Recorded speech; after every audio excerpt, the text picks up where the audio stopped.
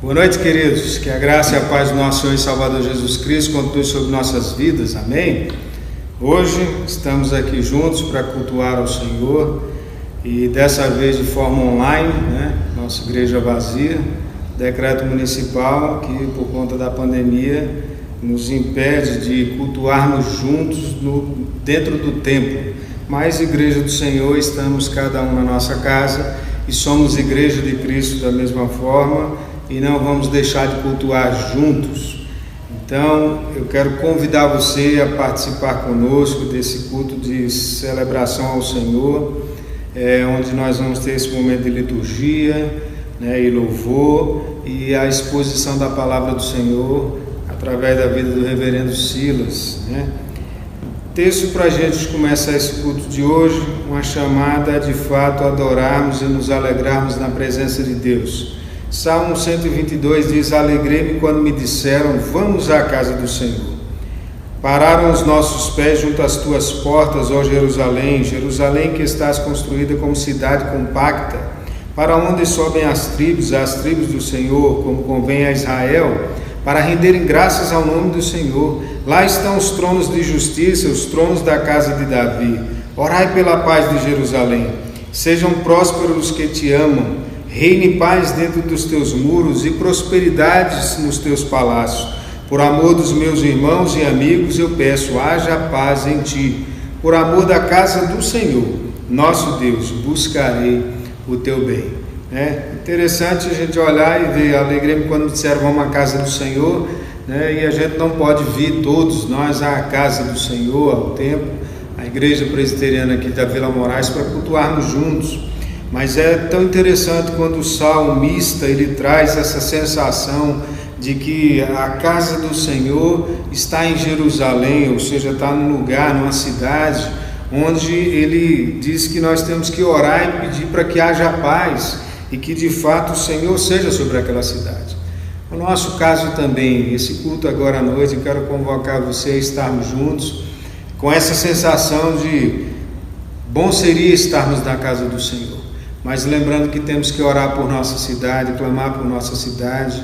Deus está no controle de todas as coisas e vai direcionar tudo para aquilo que de fato Ele separou, aquilo que Ele tem para mim e para você. Então nessa noite, quero convidar você a estarmos juntos, a cantarmos juntos, a nos alegrarmos juntos e entendermos a boa, perfeita vontade do Senhor para as nossas vidas. Vamos orar. Depois da oração nós vamos cantar o hino 10, que vai aparecer aí a projeção para você, e nós poderemos cantar com a letra todos juntos, você na sua casa, nós aqui, e cultuando assim o nosso Deus. Amém? Vamos orar e depois vamos ter esse hino 10 para cantarmos juntos. Senhor, nós te louvamos que Tu és Deus e a Tua graça sobre as nossas vidas. Obrigado, Senhor, por essa noite, por esse momento aqui, por estarmos juntos, mesmo cada um nos seus lares.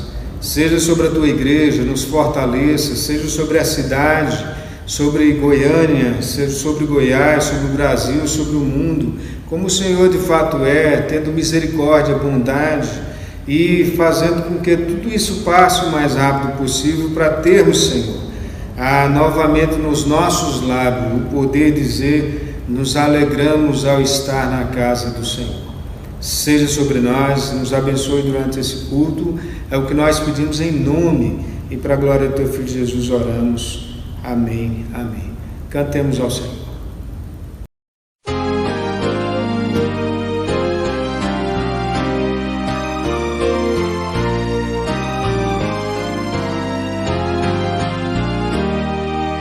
Vós criaturas que Deus Pai, todos erguei a voz cantai, louvai-o, aleluia, o sol dourado a refugir, a lua em prata reluzir, ó louvai-o,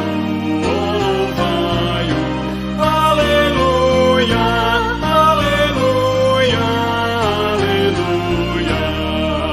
Como a terra que nos dás, e fim das bênçãos canta já. Ó louvai-o, aleluia,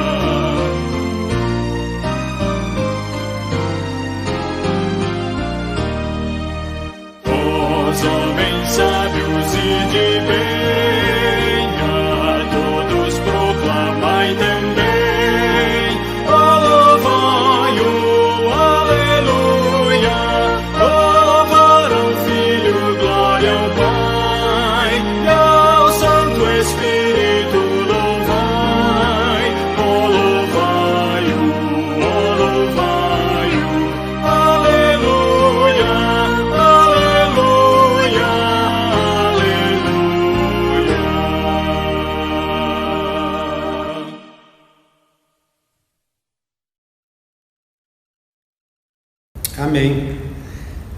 Palavra do Senhor também para esse momento de confissão ou de contrição.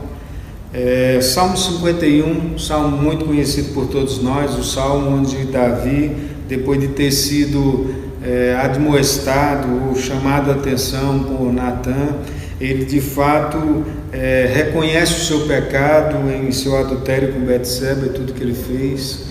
E aí então ele, no reconhecer, ele escreve isso, uma oração ao Senhor. Eu quero convocar você a fazer desse trecho até o versículo 10 uma oração e depois orar também ao Senhor pedindo perdão pelos nossos pecados. 51, Salmo 51, compadece-te de mim, ó Deus, segundo a tua benignidade e segundo a multidão das tuas misericórdias, apaga as minhas transgressões. Lava-me completamente da minha iniquidade, purifica-me do meu pecado, pois eu conheço as minhas transgressões e o meu pecado está sempre diante de mim. Pequei contra ti somente, e fiz o que é mal perante os teus olhos, de maneira que serás tido por justo no teu falar e puro no teu julgar. Eu nasci na iniquidade, e em pecado me concebeu minha mãe. Eis que te comprazes na verdade, no íntimo, e no recôndito me fazes conhecer a sabedoria. Purifica-me com esopo e ficarei limpo. Lava-me e ficarei mais alvo do que a neve. Faz-me ouvir júbilo e alegria, para que exultem os ossos que esmagastes. Esconde o rosto dos meus pecados e apaga todas as minhas iniquidades. Cria em mim, ó Deus, um coração puro e renova dentro de mim um espírito inabalável. É interessante quando a gente olha esse texto e essa confissão do salmista e vê que ele reconhece o seu pecado, ele clama ao Senhor para que venha purificá-lo ou perdoá-lo, e em seguida ele diz: mas me torne forte, para que eu não faça mais isso. Então é reconhecer o pecado, confessar o pecado e receber o perdão do Senhor e deixá-lo de lado. Peçamos isso ao Senhor, que Ele nos dê forças para deixar de lado aqueles pecados que nós cometemos que desagradam ao Senhor e que ferem ao nosso Deus, segundo a sua palavra, que cria separação entre nós e Deus. Jesus nos deu a possibilidade de estarmos perto do Senhor e falar diretamente com Ele.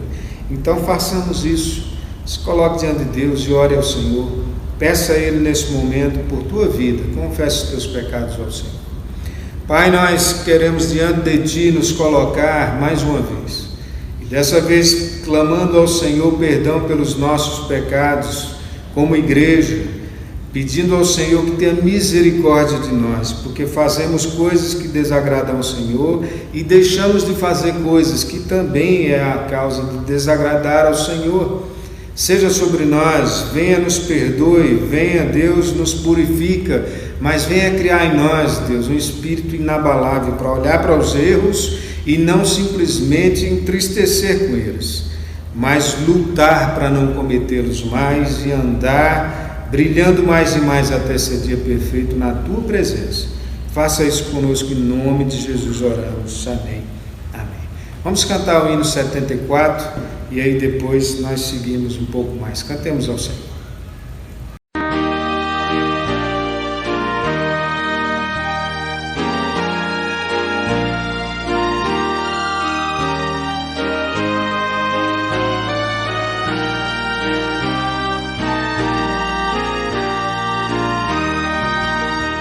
Jesus, Senhor, me achego a Ti, Tua ira santa mereci, o Teu favor me estende aqui, aceita um pecador. Eu venho como estou, sim, venho como estou, porque Jesus por mim morreu. Eu venho como estou. As minhas culpas grandes são, mas Tu que não morreste em vão, me podes conceder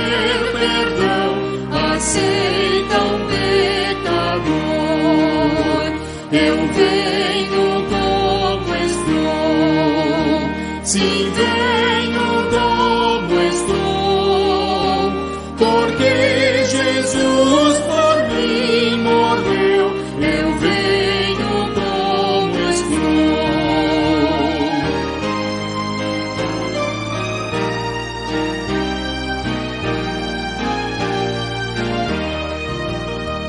Oh, vem agora, Salvador, livrar-me por teu grande amor, pois tu, Jesus, és meu Senhor, aceita um pecador. Eu venho como estou, sim, venho como estou, porque Jesus por mim morreu. Eu venho como estou. Amém. Amém. Louvado seja o Senhor. Queridos, momento agora de gratidão, de fidelidade. Nós, junto com esse vídeo, com o link aí desse vídeo do YouTube, está também a conta da nossa igreja. Aqueles que não conseguiram trazer seus dízimos, quiserem fazer depositando na conta da igreja, podem fazer isso, já que nós não podemos ter o nosso culto presencial. Salmo 127 diz: se o Senhor não edificar a casa, em vão trabalham os que edificam.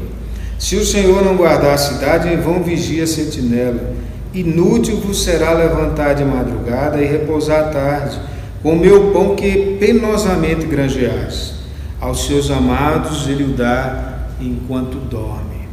Essa é uma palavra que elucida bem o sentido da vida naquilo que diz respeito a o que nós vivemos materialmente aqui, ganhamos ou não. De fato vem do Senhor e é no Senhor que as coisas acontecem.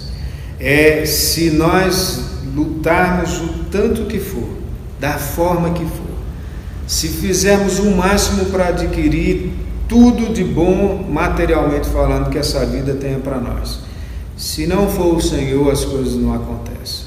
Então, quando nós temos a condição de sustentar nossa família, a nossa casa, de cuidar bem dos nossos filhos, de cuidar bem de nós mesmos, esposo e esposa, isso é algo que vem do Senhor. Ele dá aos seus amados enquanto dormem, ou seja, não é esforço nosso, nós fazemos, mas todas as pessoas que se esforçam, nem todas elas recebem essa fidelidade, bonança e misericórdia do Senhor. Não é porque você é bom demais, é inteligente demais, sabe demais das coisas, não. É porque Deus é misericordioso com você. É porque o Senhor é que faz. Todo bem procede de Deus. Então se coloque diante de Deus entendendo isso, clamando a Ele que tenha misericórdia de você, com um coração grato por tudo que Ele te dá, porque você não merece, eu não mereço, nós não merecemos. E então faça diante do Senhor não apenas a entrega dos seus dízimos, mas lembre que a palavra fala dízimos e ofertas. Temos missões e temos tantos outros momentos em que podemos provar o nosso coração e nos doar diante do Senhor e ser bênção e abençoar, porque Deus tem cuidado de nós. Oremos ao Senhor em gratidão e depois nós vamos cantar o hino 63 e contar as muitas bênçãos do Senhor em nossa vida, ou cantar, né? Senhor, seja sobre nós, traz o nosso coração, um coração grato a Ti, o entendimento de que de fato todo bem procede do Senhor. Deus, obrigado, porque o Senhor tem sido fiel, misericordioso e bondoso para com a nossa igreja, para conosco, para com as famílias que compõem essa igreja. E em nome de Jesus, venha o Senhor cada vez mais, não porque mereçamos, mas porque o Senhor é misericordioso, bondoso, porque procede do Senhor o bem. Venha nos abençoar, venha nos dar condição de ser bênção, de ser fiel nos dízimos e oferta, de poder abençoar outros que precisam, de doar cestas básicas, de doar financeiramente quantias para missões, de nos empenhar em viver no entendimento de que é o Senhor que faz todas as coisas. O Senhor abre as portas, o Senhor fecha as portas. O Senhor está no controle de todas as coisas. Obrigado por tudo. Seja sobre nós, continue sobre nós, pedimos em nome. E para a glória do Teu Filho Jesus oramos. Amém. Amém. Cantemos.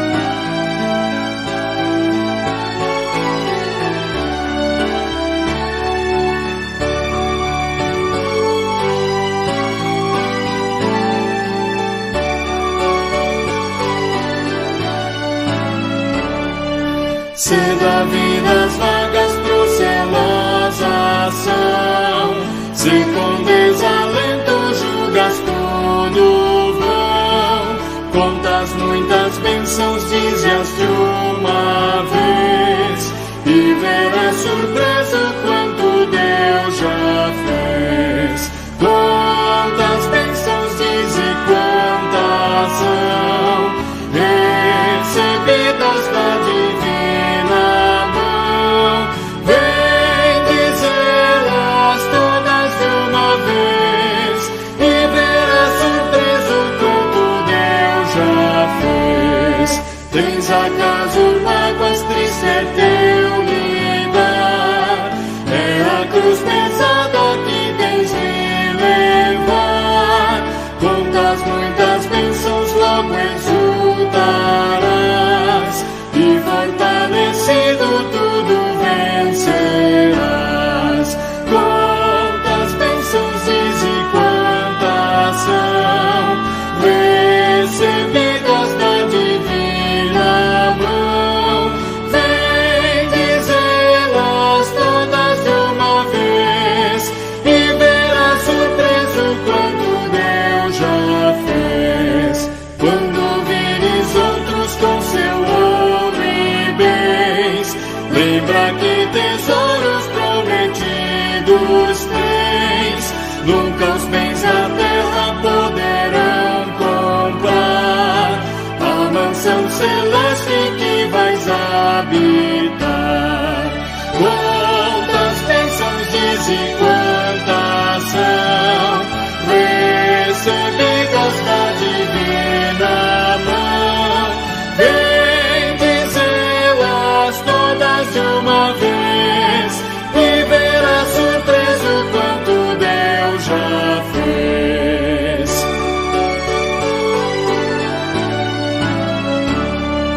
Seja o teu combate longo ou breve aqui, não te desanimes, Deus será por ti. Seu divino auxílio minorando o mal, te dará consolo e galardão final. Quantas bênçãos, dize quantas são, recebidas da divina mão, vem dizê-las todas de uma vez, e verás surpreso quanto Deus já fez.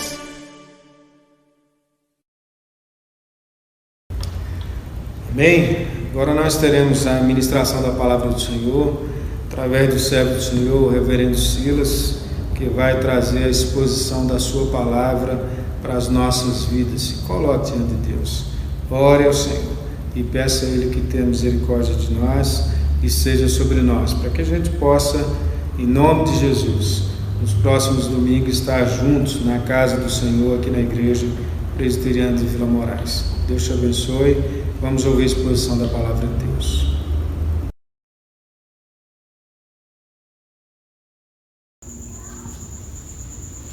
Que a graça e a paz do Senhor Jesus esteja com todos nós, meus irmãos. Neste domingo, nós estamos aqui mais uma vez, para falar a palavra de Deus, neste culto que estamos fazendo não presencial, onde vocês estão participando das suas próprias casas, não é? Então eu convido a todos os meus ouvintes, os que estão ligados aí, a abrirmos a palavra de Deus na primeira carta de Paulo aos Coríntios, no capítulo 10, a partir do versículo 23, esse texto fala sobre os limites da liberdade cristã, os limites da liberdade cristã. O texto diz assim: todas as coisas me são lícitas, mas nem todas convêm. Todas as coisas me são lícitas, mas nem todas edificam. Ninguém busca o seu próprio interesse, e sim o de outro. Comei tudo o que se vende no mercado, sem nada perguntardes por motivo de consciência, porque do Senhor é a terra e a sua plenitude. Se algum dentre vós, incrédulo, vos convidar e quiserdes ir, comei de tudo que for posto diante de vós, sem nada perguntardes por motivo de consciência. Porém, se alguém vos disser, isto é coisa sacrificada a ídolos, não comece, por causa daquele que vos advertiu e por causa da consciência. Consciência, digo, não da tua própria mente, mas a do outro. Pois, por que há de ser julgada a minha liberdade pela consciência alheia?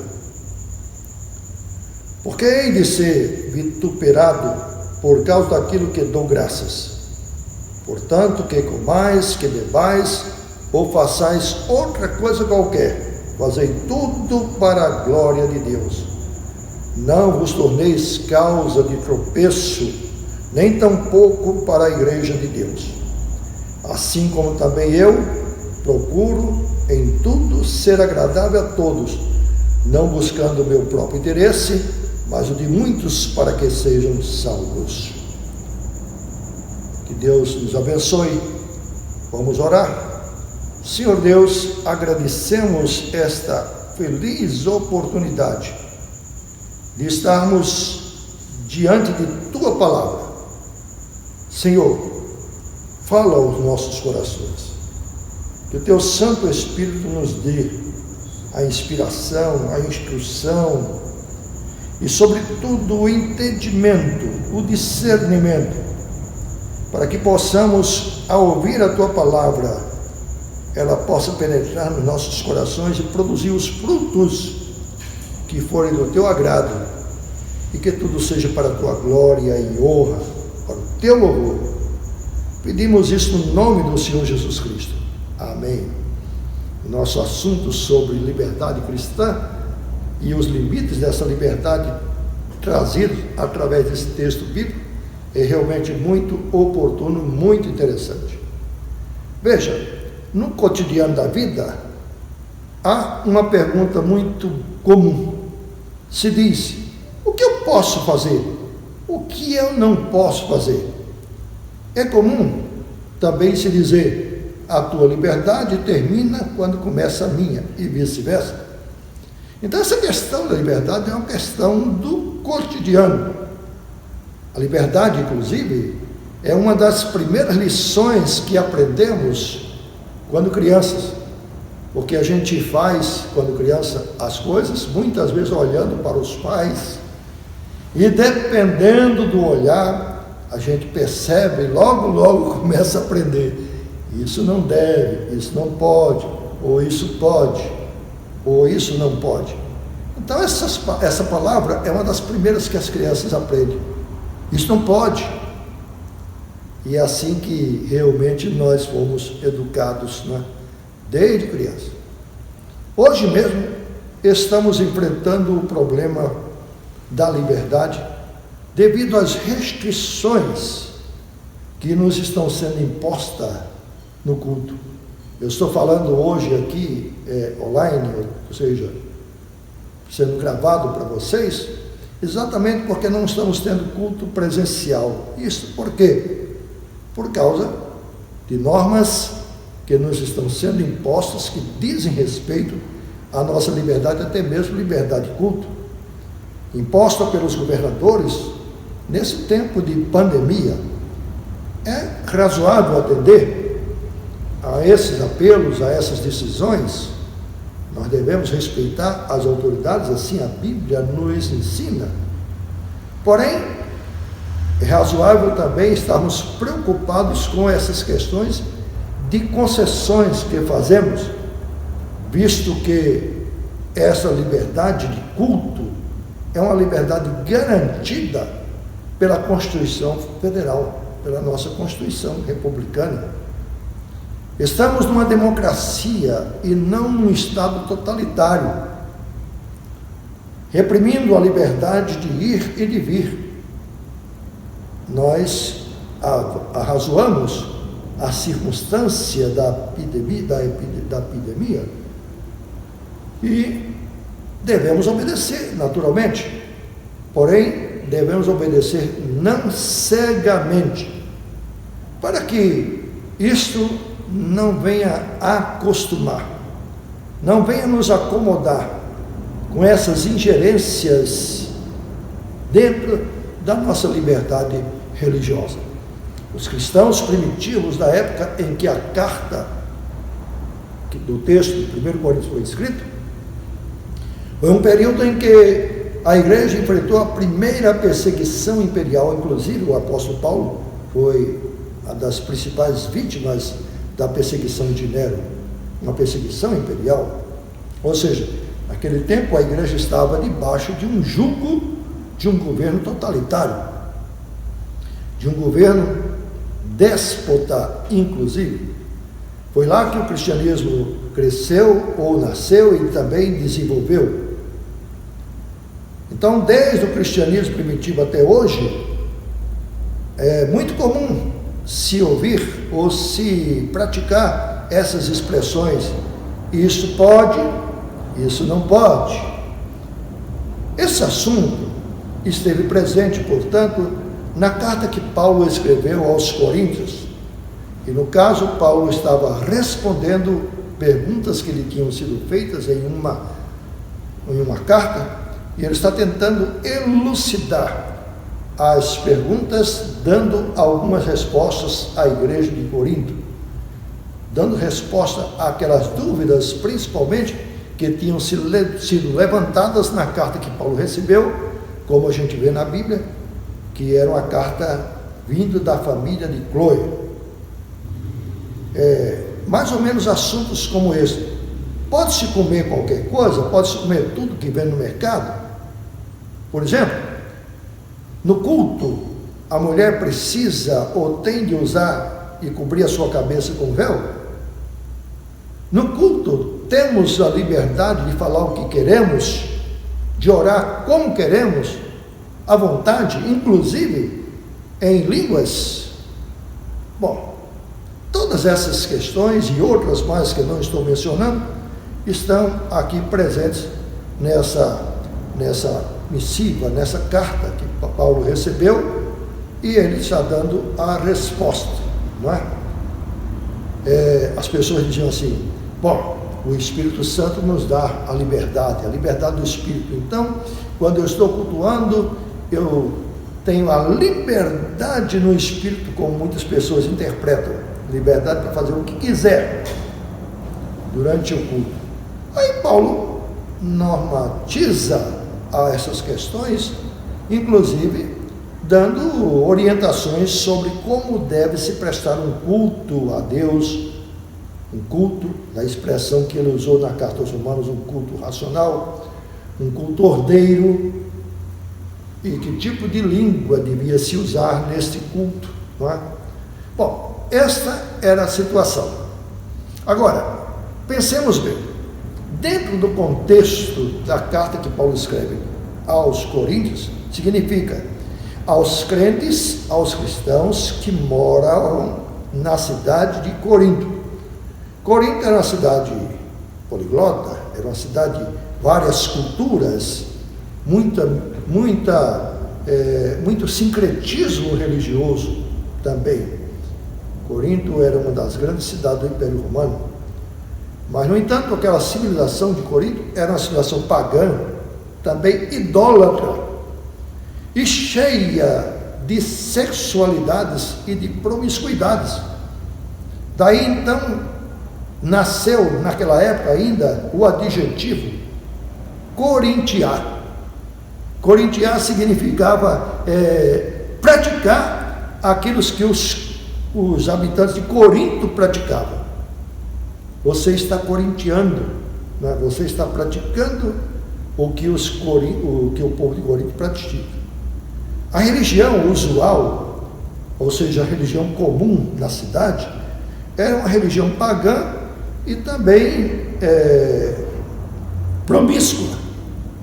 Isso digo porque havia nos cultos orgiásticos atos sexuais que eram praticados para receber as bênçãos das divindades, porque essas bênçãos estavam ligadas a atos sexuais, porque estavam ligados à fertilidade e também à prosperidade.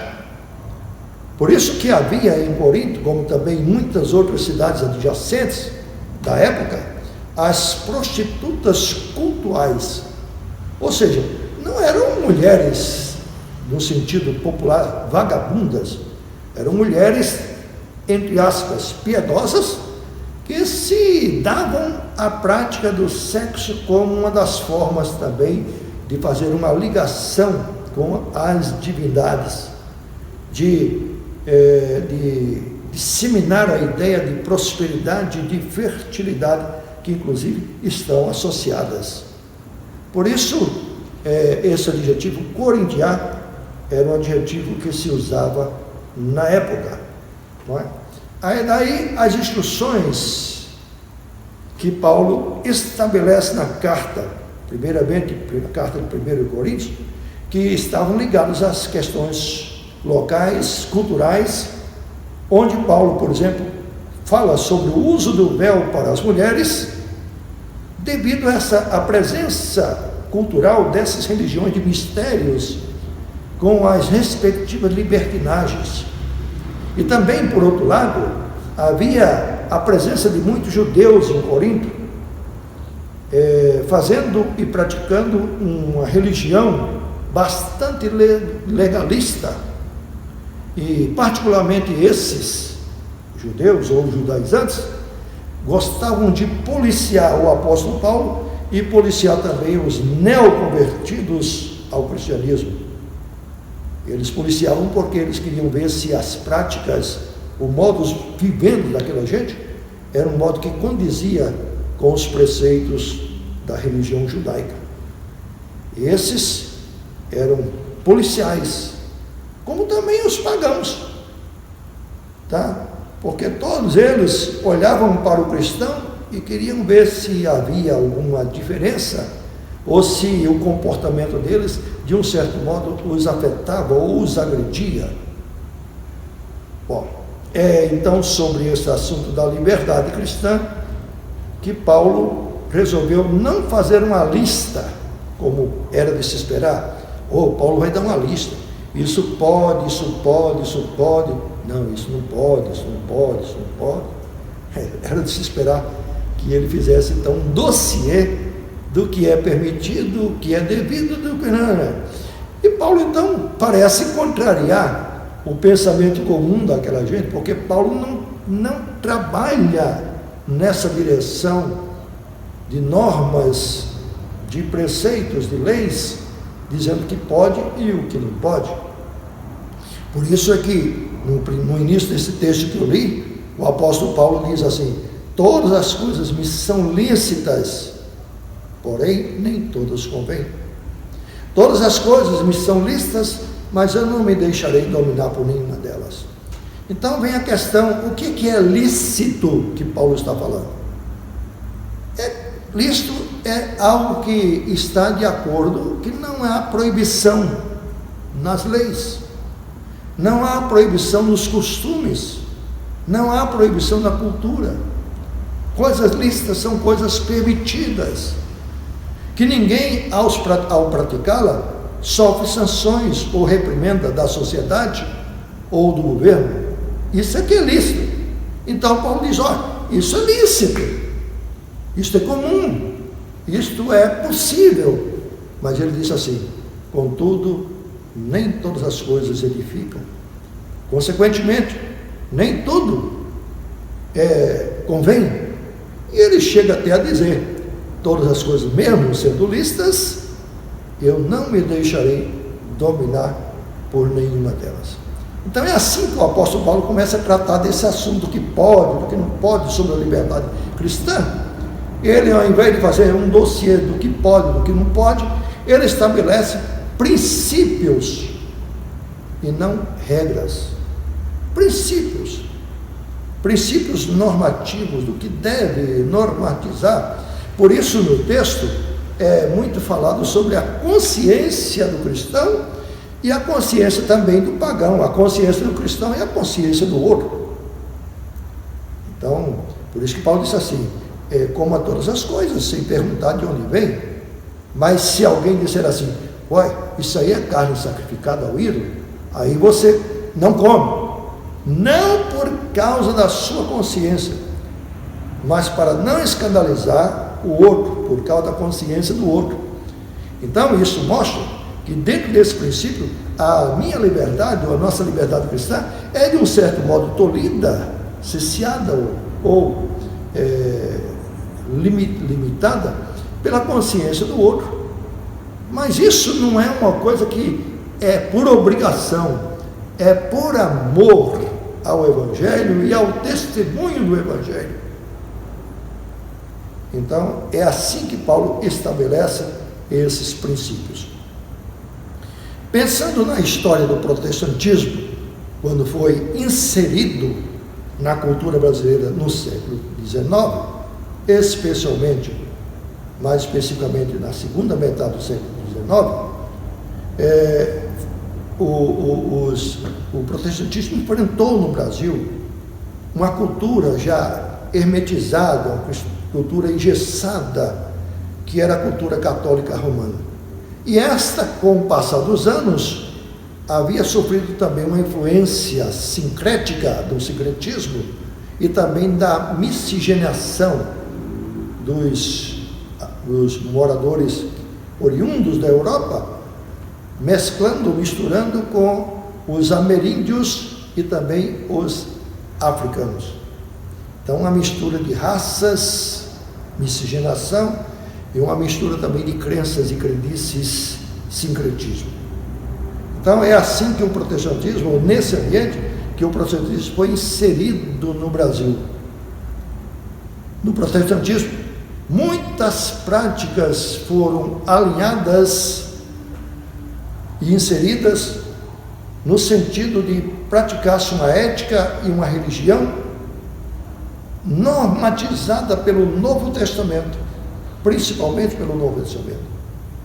Como, por exemplo, o protestantismo, embora estivesse no meio de uma sociedade católica romana de tradição, até centenária, não é? Aqui no Brasil, o protestantismo resolveu: não, nós não fazemos culto e não temos nas nossas casas de culto imagens de escultura.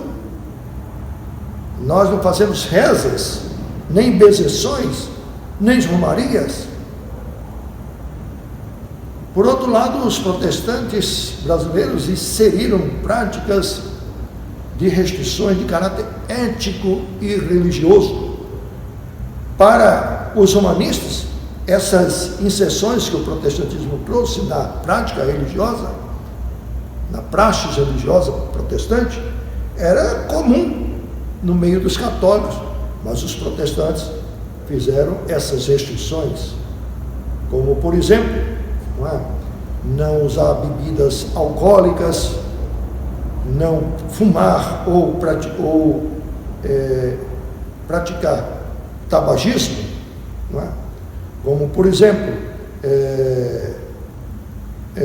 jogos de azar, danças, festas de carnaval e até dos festas folclóricas regionais, em homenagens principalmente a santos e a padroeiros. Então percebam, dentro dessa cultura o protestantismo teve de se virar, moldar a sua liberdade, a liberdade dos outros, mas, no entanto, estabelecendo não exatamente normas, mas princípios. Agora, no século XX, quando na realidade protestante foi inserido o pentecostalismo no meio do protestantismo também brasileiro, aí o cenário do Brasil já era mais sofisticado, porque no século XX já havia uma influência maior de filosofias humanistas, como a filosofia do iluminismo e a filosofia do positivismo, ou seja, uma ênfase muito grande ao ser humano, à capacidade humana, e também a ênfase muito grande à capacidade da ciência, porque até o protestantismo, também como toda religiosidade, recebeu influências do liberalismo teológico e, ao mesmo tempo, influências também do fundamentalismo cristão ou religioso cristão. Bom, nesse clima, então, foi que o protestantismo se inseriu dentro da cultura católico-romana no Brasil, e os crentes brasileiros agora, mas em datas mais próximas do século XX, particularmente os pentecostais, eles então aprenderam a questão da liberdade, doutrinando os seus fiéis, doutrinando os seus membros, a uma lista de preceitos, a uma lista interminável, inclusive, do isto pode, isso não pode, isso pode, isso não pode. Por exemplo, mulher não pode cortar o cabelo, mulher não pode pintar, mulher não pode depilar-se, e homem tem de usar também roupas,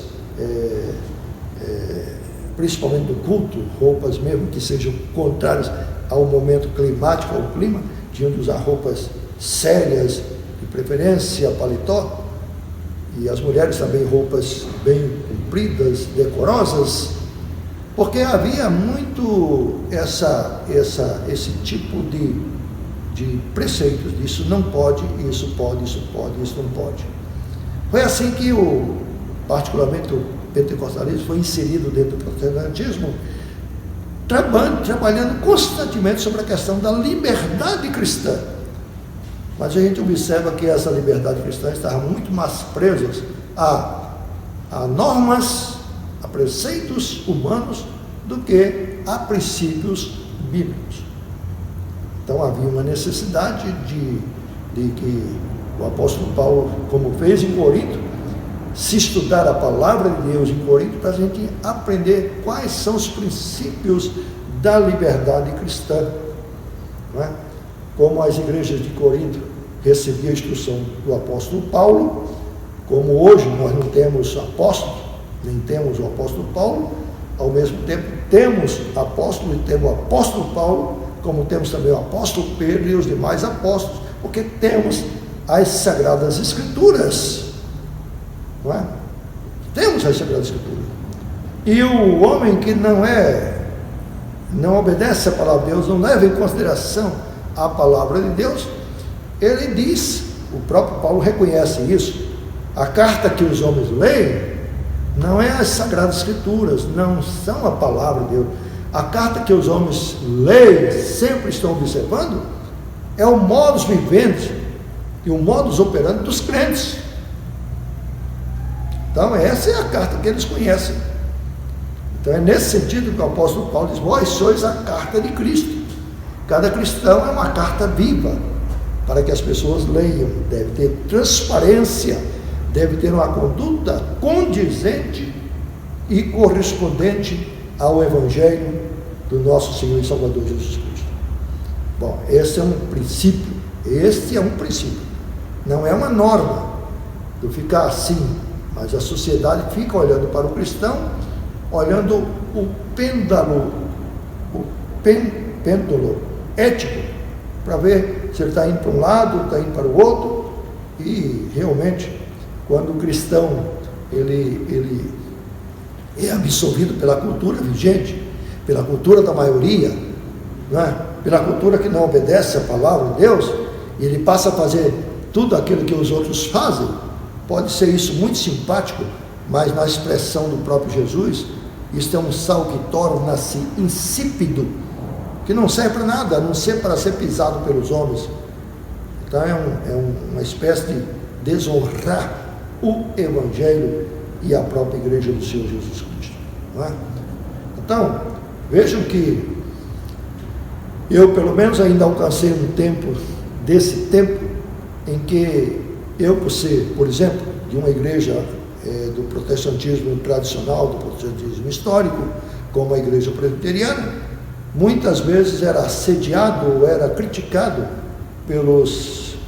principalmente pelos meus irmãos pentecostais, porque achavam que eu era muito liberal, como nós os diziam naquela época, os presbiterianos são católicos mansos, ou seja, são católicos apenas um pouquinho manso, um pouquinho diferente. Sabe por quê?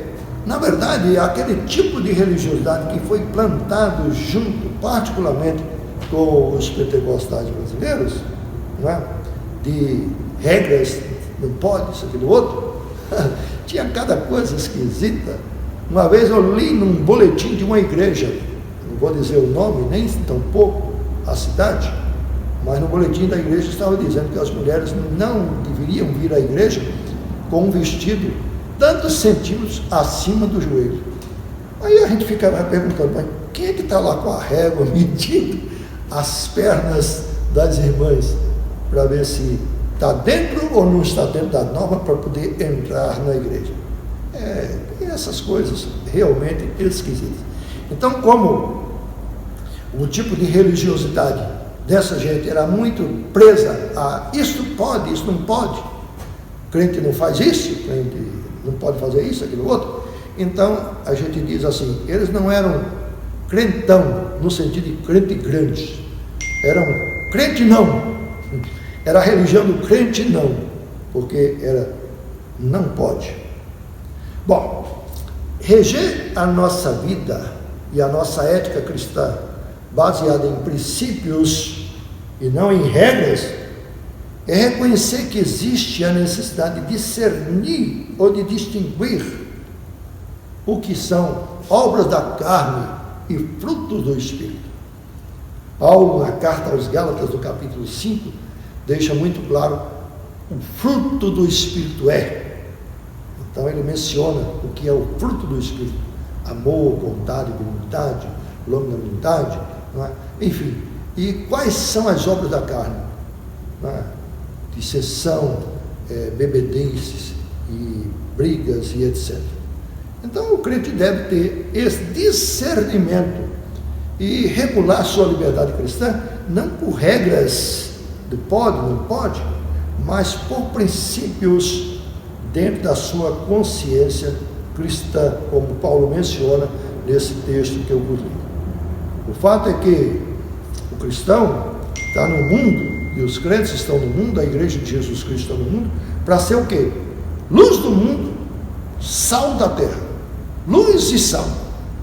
Agora, a luz resplandece nas trevas. Aonde há luz, as trevas se dissipam. De modo que a presença de um testemunho cristão é inegável. Não se pode esconder uma cidade que está acima da cidade, ou acima da montanha. Não se acende uma lamparina para colocar debaixo da mesa, muito pelo contrário, num lugar alto. Então é isso que Jesus está dizendo, que o cristão é luz. É para ser visto mesmo, para que vejam as vossas boas obras, diz a palavra de Deus, e glorifique o Pai que está nos céus. Não é para glorificar o cristão que está fazendo a boa obra, é para glorificar a Deus. O sentido da vida cristã é a glória de Deus, é viver para a glória de Deus. E também Jesus, no seu Evangelho, nos ensina que o cristão deve ser como fermento. Ora, esses ingredientes, sal e fermento, e sal, principalmente sal da terra e fermento, são ingredientes que são colocados na massa, e o propósito do sal e o propósito do fermento é influenciar a massa. O fermento não é influenciado, ele influencia. O sal também, ele influencia, ele não é influenciado. Assim como a luz que, ao de entrar num lugar escuro, espesso, dissipa as trevas, assim também a influência do sal é grande sobre a massa. É essas linguagens ou essas metáforas usadas na Sagrada Escritura para mostrar como deve ser o cristão numa sociedade, mesmo que seja uma sociedade pagã, promíscua, sensual, como no caso era a sociedade de Corinto, aquelas possibilidades de se corintiar, não é?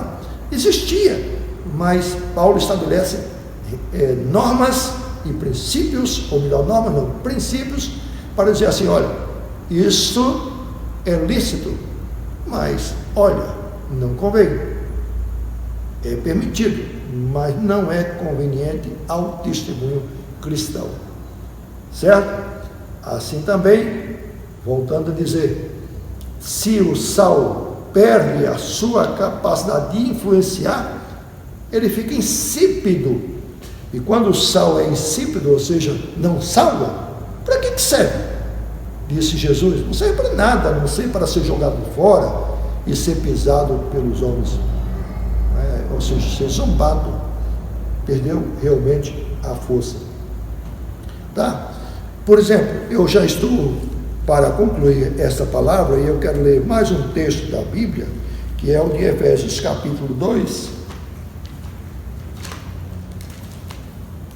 Efésios capítulo 2, do verso 1 ao 5 é suficiente, não é?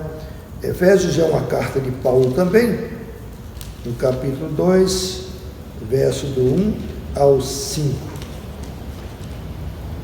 Diz assim: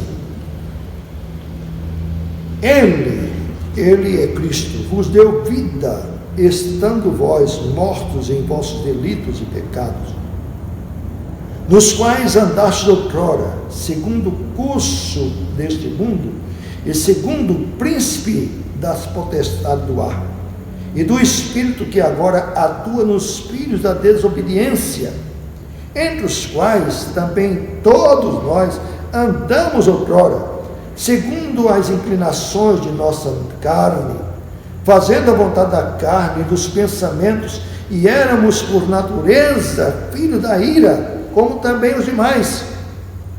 Mas Deus, sendo rico em misericórdia, e por causa do grande amor com que nos amou, e estando nós mortos em nossos delitos, nos deu vida juntamente com Cristo, pois pela graça sois salvos. Coisa maravilhosa.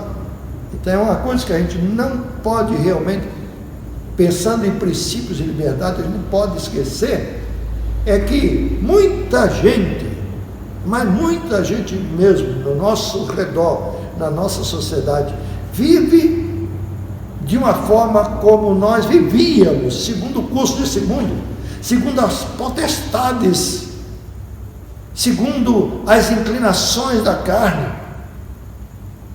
Mas acontece que Ele nos libertou, Cristo nos libertou desse jugo, desse ditame da carne, desse ditame do mundo. Ele está aí presente, querendo nos influenciar, querendo estabelecer o nosso modus vivendi, o nosso modus operandi, mas não é assim. A liberdade que Cristo nos legou não é para vivermos também debaixo de um legalismo, isto pode, isto não pode, estabelecer regrinhas do que pode e o que não pode ser feito. Paulo nos chama a atenção e enfatiza a necessidade de nós termos a consciência cristã,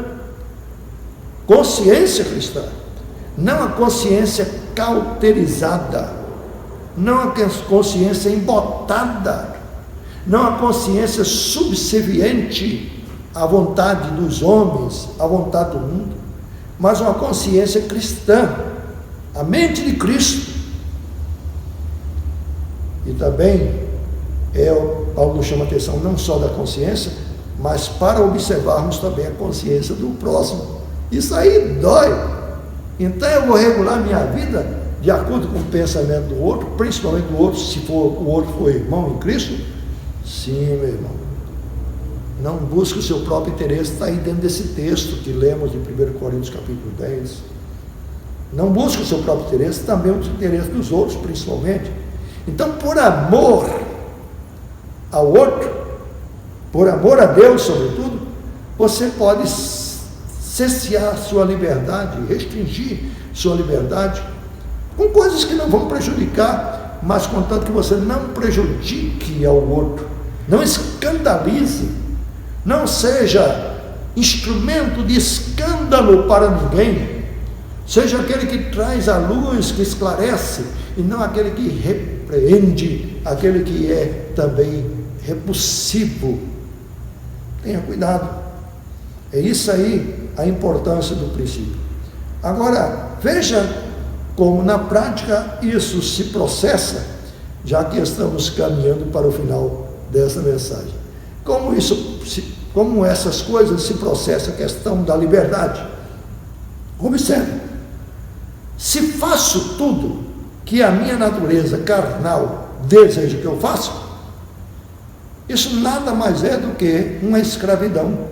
Eu não sou livre, sou escravo do pecado, escravo da minha natureza que me arrasta a fazer o que desagrada a Deus.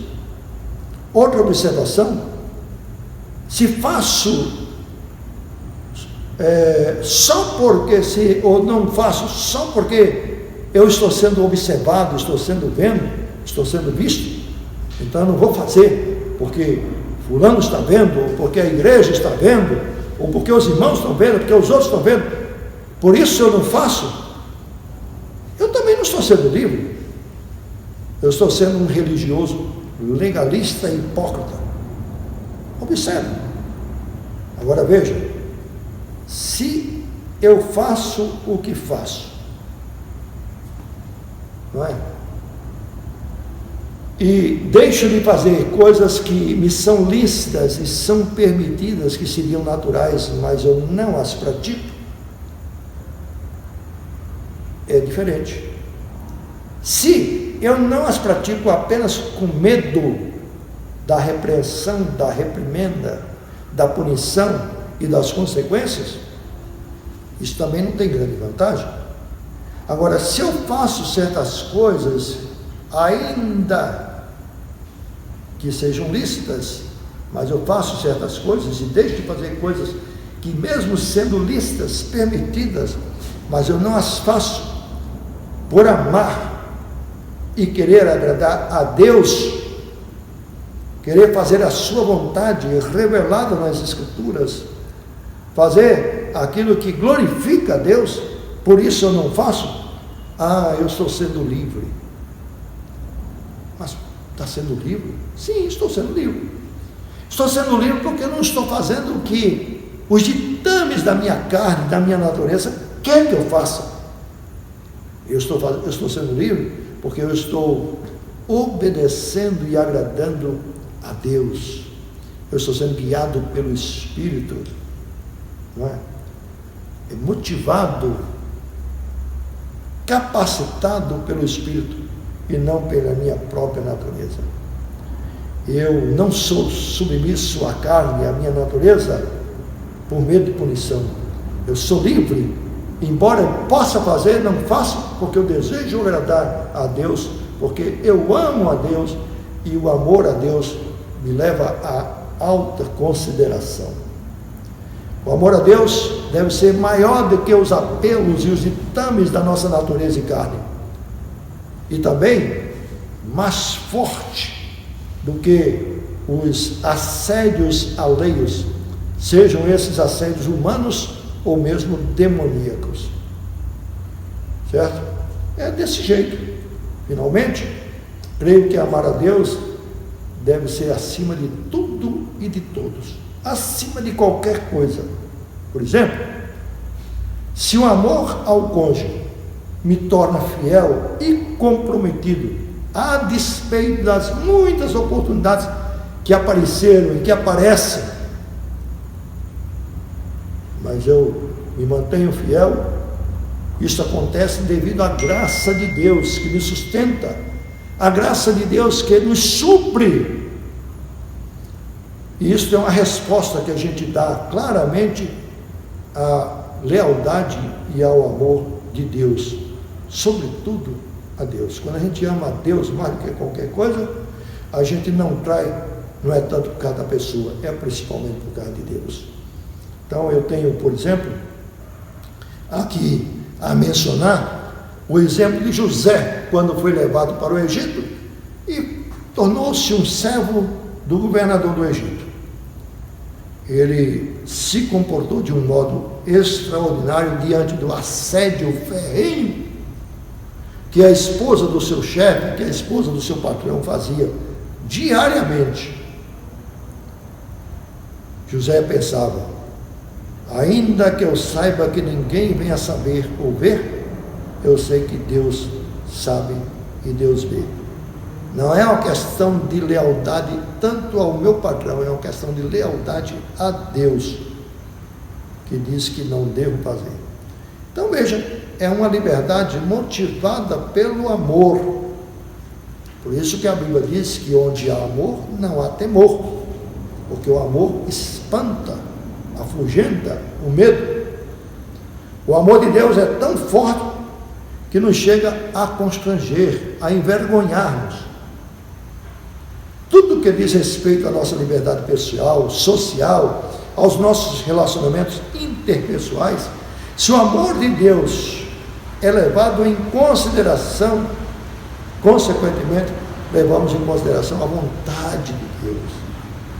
Os princípios da palavra de Deus são acatados. Sim, a sociedade seria completamente outra, e a igreja também seria bem diferente se todos observassem a importância de amar a Deus e esse amor regulasse a nossa liberdade, os nossos relacionamentos interpessoais e a nossa liberdade. Não viveríamos no meio de tanta beligerância, de tantos conflitos pessoais e interpessoais. Assim, voltando ao tema inicial, nossa vida não pode ser regida pela regra, isso posso, isso não posso, e sim pela liberdade e pelo amor de Cristo que nos constrange. É por isso, e é graças a este amor de Cristo que nos constrange, que a gente pode realmente dizer, como Paulo disse: tudo posso naquele que me fortalece. Tudo posso. Embora todas as coisas venham a ser lícitas, nem todas me convêm. Embora lícitas, eu não me deixarei dominar por elas, porque o que importa é fazer a vontade de Deus e viver para a glória e louvor do Senhor. Esse é o ponto sobre a liberdade cristã que nós queremos enfatizar para o seu coração, para a sua vida, e vamos orar agradecendo a Deus pela instrução e que Ele nos capacite a exercitá-la. Senhor, louvamos o Teu nome pela bênção de Tua palavra e pelos princípios que a Tua palavra estabelece, princípios regulados no amor de Deus, que é o amor absoluto, que é o amor incomparável, imedido. É o amor que nos constrange, muitas vezes até nos envergonha, mas é o amor que nos motiva também a correspondermos com um bom testemunho cristão, regulando a nossa liberdade aos princípios da Tua palavra, para que a nossa vida toda e a nossa liberdade sejam motivos não de escândalo e de tropeço, mas sejam motivos para a glória do Senhor. Como disse Jesus: assim brilhe a vossa luz diante dos homens, para que vejam a vossa luz e glorifiquem o Pai que está nos céus. É a glória do Senhor. Em nome de Jesus oramos. Amém. Amém, irmãos. Receber a bênção apostólica, que a graça do nosso Senhor e Salvador Jesus Cristo, o amor de Deus o Pai, a comunhão e as ternas consolações do seu Santo Espírito, repouse sobre vós, irmãos, que convosco permaneça hoje e sempre. Amém. Até uma próxima, com a graça de Deus. Amém.